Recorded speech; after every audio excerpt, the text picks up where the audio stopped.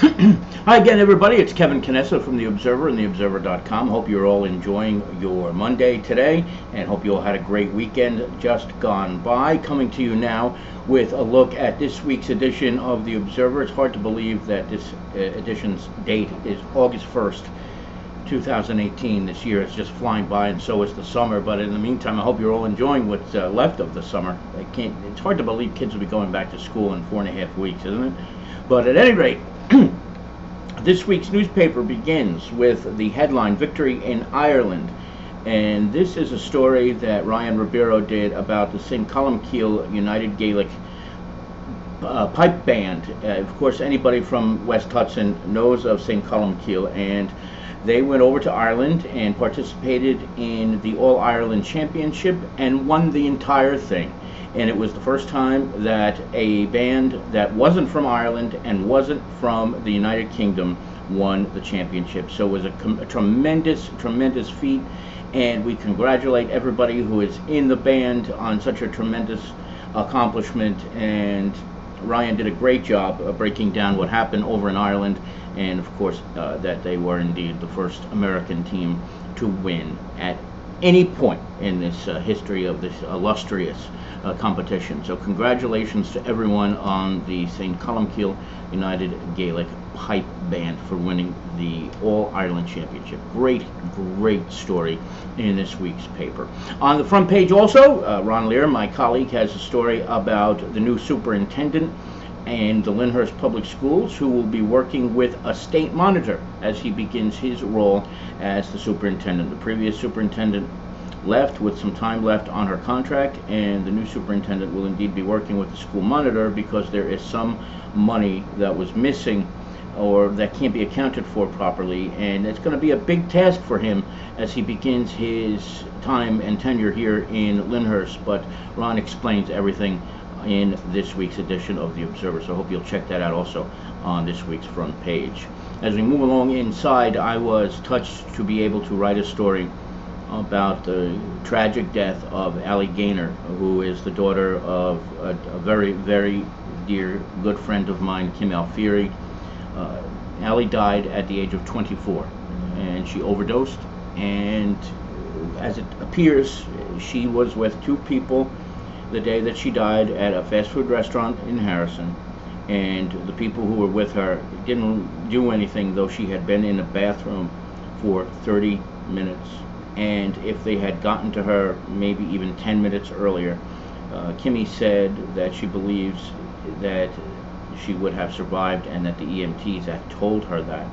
So it's an absolutely tragic story about how friends who knew she was in trouble did nothing to help her.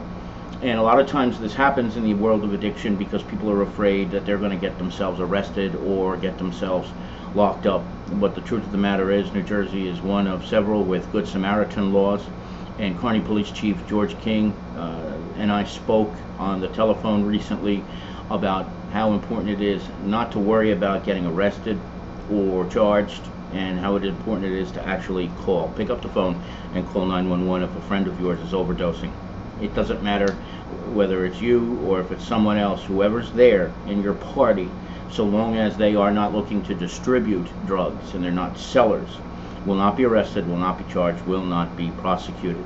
And in the tragic case of Allie Gaynor, if her friends had realized this when she died about a month ago, maybe she wouldn't have, because the truth of the matter is they wouldn't have been arrested, they wouldn't have been locked up, and maybe she'd still be with us. And I give so much credit to Kimmy for speaking with me and for being so blatantly open and honest about her daughter's death. She was a beautiful girl, and it's just a shame that she died at such a young age. But again, if you're ever in this situation, don't wait, make the call. So I hope you'll read that story today on pages 2 and 3 when you get a chance to get this week's edition.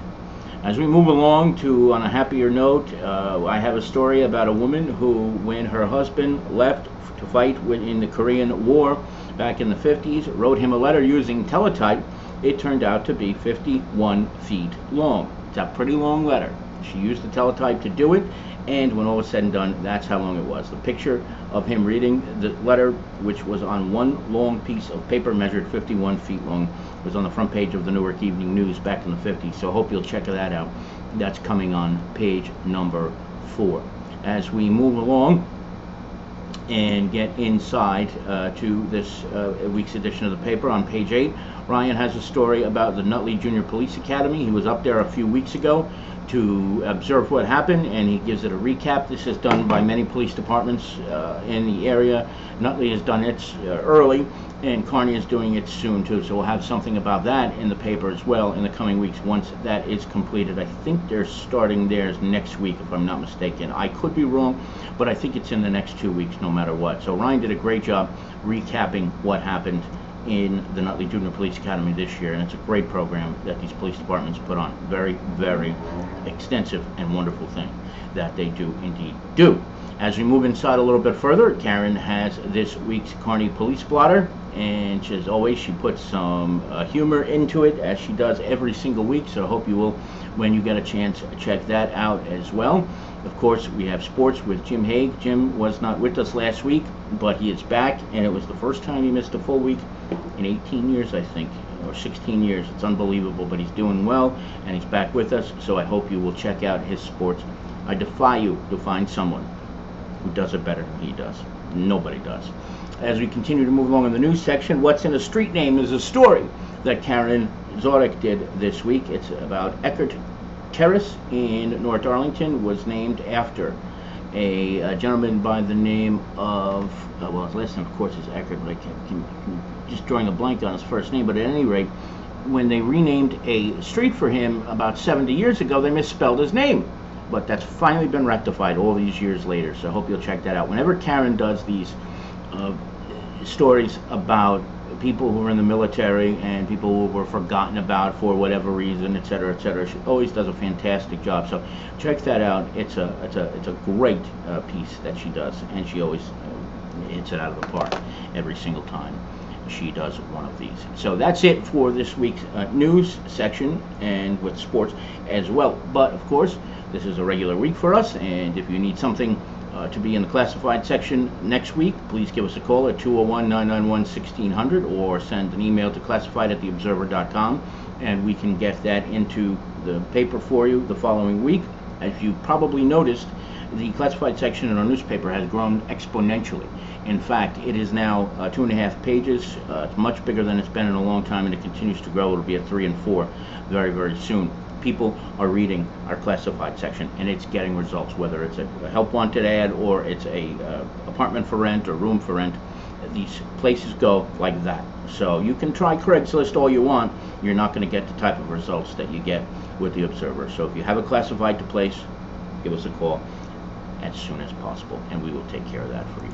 That's about it for now. I hope you're all again enjoying your Monday evening, and it's great to be around and great to see each and every one of you. I'll be back next week with more of the Observer's online news, and as news breaks, of course, I will come to you live as well, and maybe somebody else might even do that.